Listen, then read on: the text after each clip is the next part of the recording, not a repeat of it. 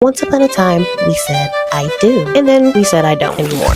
But guess what? We're divorced and thriving. Conversations with my ex.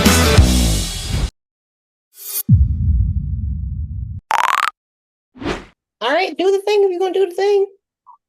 Hi, welcome to Conversation with My Ex. Jamar, aka Timmy Turner, aka Mr. J. I'm here with my beautiful, lovely, long-haired ex-wife. Today's topic. He wanted to do the intro today. She caught me off guard with this. He's not used to the long hair. I didn't have long hair when we were together, and I wanted hair. So I went and got a wig. And we liking it. She's doing the thing. So continue. I'm sorry, I'm distracted. I'm sorry right now. It's throwing me off right now. Stop it. Ooh. All right, today's topic, because I'm going to leave, is accountability. Accountability. Yeah. Accountability. Okay. So what y'all don't know, sometimes I might hold back the truth, but I messed up. So. Oh, this is what we're doing today? Yeah. Oh, okay. Why not let the world know? I messed up. I ain't perfect. I'm only human. I'm a man. It is what it is. We all mess up. You mess up. I mess up. They mess up.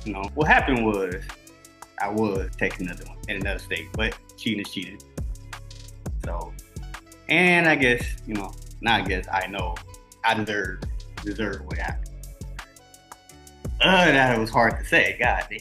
Okay. Don't get it twisted though. I love the shit out of her. Don't get it wrong. We might be divorced, but ain't shit changed. I still love her, and she would do it today with the long hair. Okay, but it has nothing to do with any of this. I'm sorry. She threw me off today. But no, yeah, today's topic is accountability. So I just want to let y'all get an insight of me, but don't let it be twisted. I do love her to death. And okay, you can talk now. I just wanted to put it out there. All right. So I didn't know. He said he wanted to start the video and do the intro today. I didn't know that's what we were leading with. But there you go. Because I guess we have talked about this after the first video. There was a lot of sidebar conversations, specifically that he was having.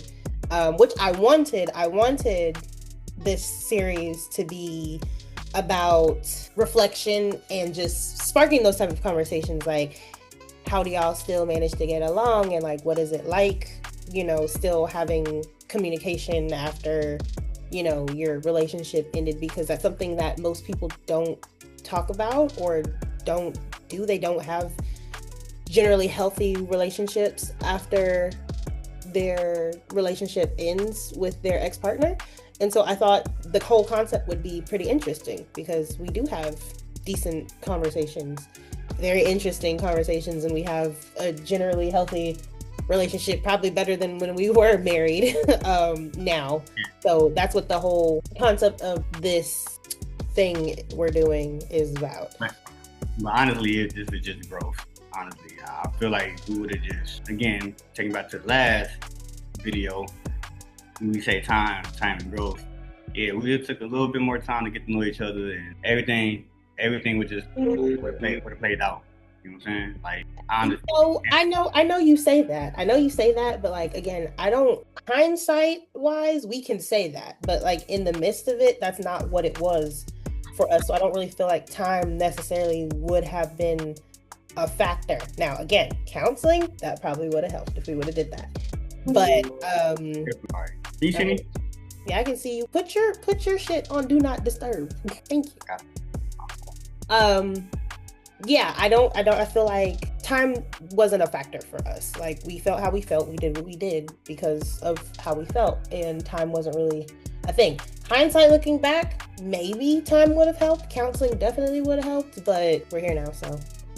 Yeah, honestly, I feel like maybe in the future, maybe.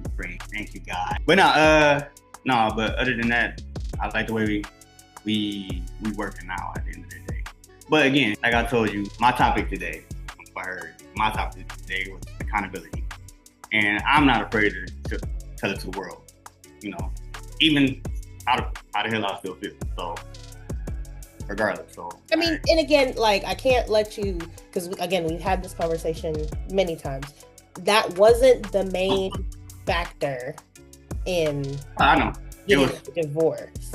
Me filing for the divorce, that wasn't the main factor. It attributed to it, yes, but wasn't the main factor. I mean, again, like I'm not fucking perfect either. Like I did my best as a wife, and you know, there are things I could have done better being a wife. Like, you know, I could have worked my attitude a little more, but again, I was frustrated and tired and stressed, and I don't feel like we're not gonna get into all that. But yes, there's things I could have done better also. So it wasn't just all him. A lot of it was him, but it wasn't all him.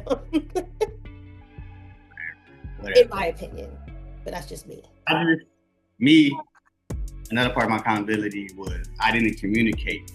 I kept stuff in the shadows and be like, all right, let me figure it out before, you know, it get bad. But it always ends up getting bad to the point where I couldn't, you know, it was too late. So when I finally got like started understanding and getting everything, it was too late.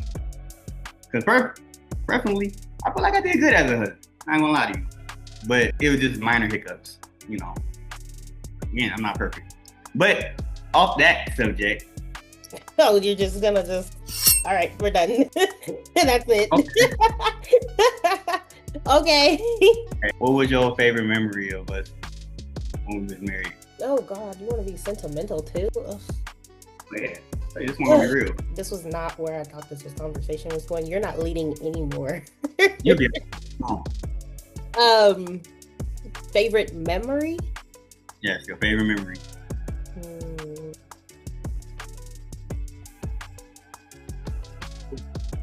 I know there's plenty of them, so you know. I mean, we had great, like we had a good time together. Like we were having fun. We were definitely having fun. Favorite two? Two? No, one.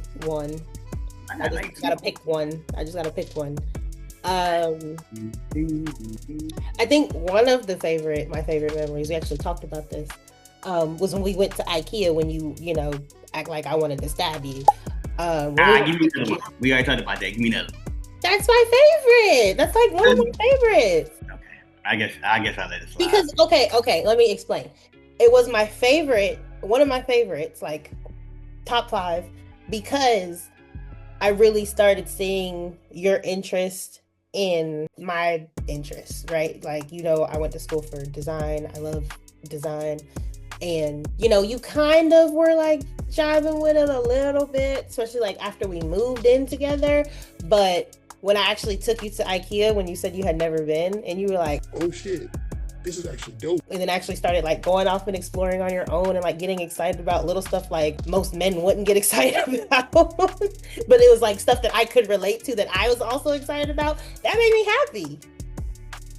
So understand when it comes to that, like, I'm very adaptive. On top of that, you know, me and you. Was it you being adaptive or you actually having an interest in it? Because those are two different things.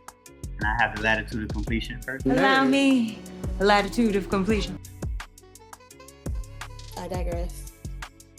Okay. At first, I was adapting, but then you start explaining stuff more, and then I like, oh, this color looks good. This color looks good. Then like, I know your likes. I definitely know what you like, especially like cabinets and all that stuff. I'm like, ooh, but I ain't gonna fake. I threw out your likes, my likes. Like I seen nothing on black cabinets. I was like, God, that looks good. I'm a big kitchen dude, by the way. And my kitchen gonna have to be A1. And guess who's gonna design my kitchen? Bingo. But no, I just started loving what you love. You know, like even the whole, you know, remember you kept trying to give me say like, hey, let's move to Japan. What I used to say like, okay, nah. But after a while, I was like, hell yeah, I'm down. You know, I love what you love. You know, I still love it. So, but my favorite memory, I used to be at work from like 10 a.m. to 2 a.m. all day. working my butt off. So I get off work. I be thinking she home sleep. She be up. I come to the door. She come give me a hug. I look down like, why you still up? She said, 'cause I miss you. Like, I worked and I'm off. You worked, came home, was home for like an hour, and then went right back to work. I'm not going to bed until you come home. Like, I understand that. it doesn't make sense. Like, I wasn't gonna be able to sleep knowing you were still outside. Like, anything could have happened to you. Yeah, I remember you called me one time. I forgot it was something going on in the complex. He's like, Jamar, this is going on in the complex. Man, I immediately, ayo, I'll be back. But then I used to come home. I can be tired as hell. And you be still working. I'll make sure before I leave, I'll cook you dinner, and then I go off to work. I don't care how tired I was. I'm gonna make sure you eat. I'm gonna make sure you cool, and I'm gonna call you through the night. I ate real good. She definitely loved it. I did. But I don't know. I guess this episode is more about me and her dynamic. Even through the bad times, we still have good times. If you want to be honest with me, we never really argue. We might have our little hiccups, but we never really argue. We always argued about other people's stupid shit. Yeah. Because somebody didn't know the difference between things he needed to handle on his own that didn't need to come back to me, and he would bring it back to me. And I'm like, if you handled it, I didn't need to know about that because that just pissed me off. My defense is I don't like holding stuff from her in the beginning. I think that's what it made me hold stuff back after that, because all right, how's she gonna react if I tell her this? But do you understand where I was coming from though? Like, if somebody said something and you knew that wasn't the truth and you say you handled it, if it's handled, then there's no reason for it to come back to me. I thought it was good. Me personally, I thought it was a good, like, keep you informed. I was trying to keep you informed. But again, like I said, this is the first time it's coming out. I think that's when I actually really shut down and like, all right, look, let me handle it myself. Now, like stuff that you should have come and talked to me about, that was stuff I could have helped you with. Like, we could have talked about it and handled it together. But that specific situation, you know the one I'm talking about, that one didn't need to come back to me. If you said you handled it, it was dead. You got any more questions? No. We do three. We did two. I don't have my spinner wheel. That's why I have the spinner wheel. We don't need no spinner wheel. Need it. That's why I have the spinner wheel, because I'm not good at coming up with stuff on the spot.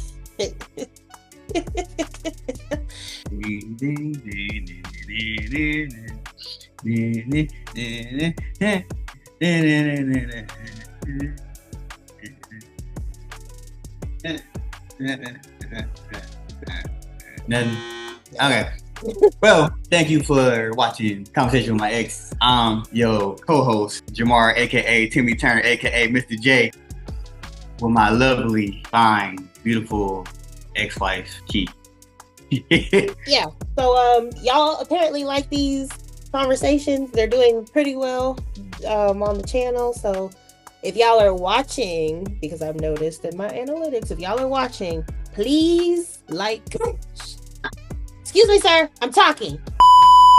Like, share, subscribe, leave comments. That helps the channel. We're doing well with this series, which is what I wanted it to do. So thank y'all for that. But please comment, like, and subscribe if you are not, because I see a lot of people that are watching are not subscribed. So if you're watching and you're not subscribed, go ahead and click the like button and the subscribe button. It don't take much. All right. Hey, when you comment, hey, back me up sometimes, all right?